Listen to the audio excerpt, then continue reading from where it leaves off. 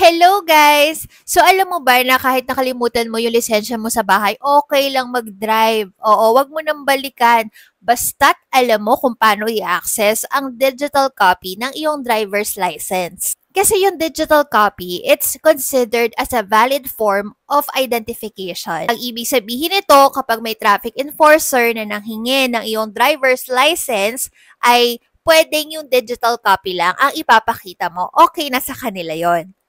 At sa video tutorial na to ay tuturuan ko kayo kung paano i-access ang digital copy ng inyong driver's license. Ang unang nyo dapat gawin ay mag-register muna sa LTO portal.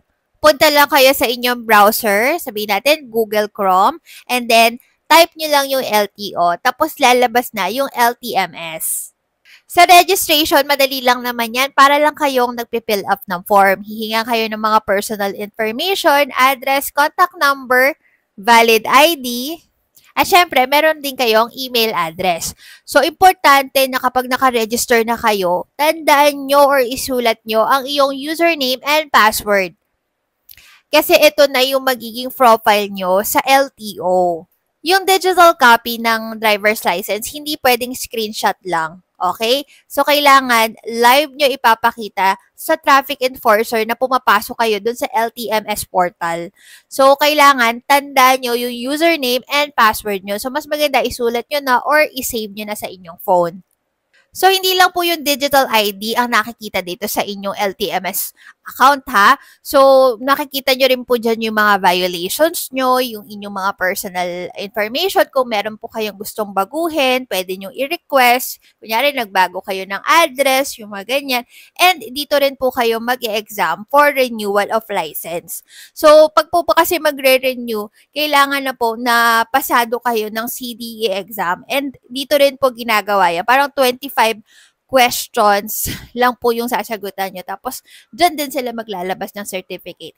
In short, napaka-importante na huwag nyong kakalimutan yung inyong username and password kasi napaka-importante po ng account natin na to. Okay? Aside sa nandito yung digital copy, is dito rin kayo babalik for renewal eh. Okay?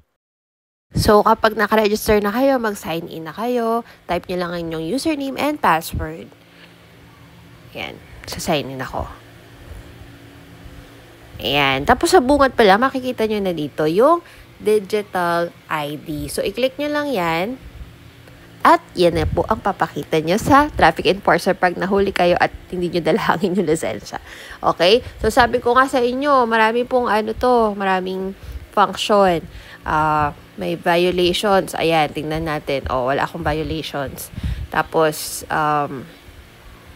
licensing, transaction, documents. As dito rin kayo mag-e-exam. So, yun lang po. Ganun lang po para makita ang inyong digital copy ng driver's license.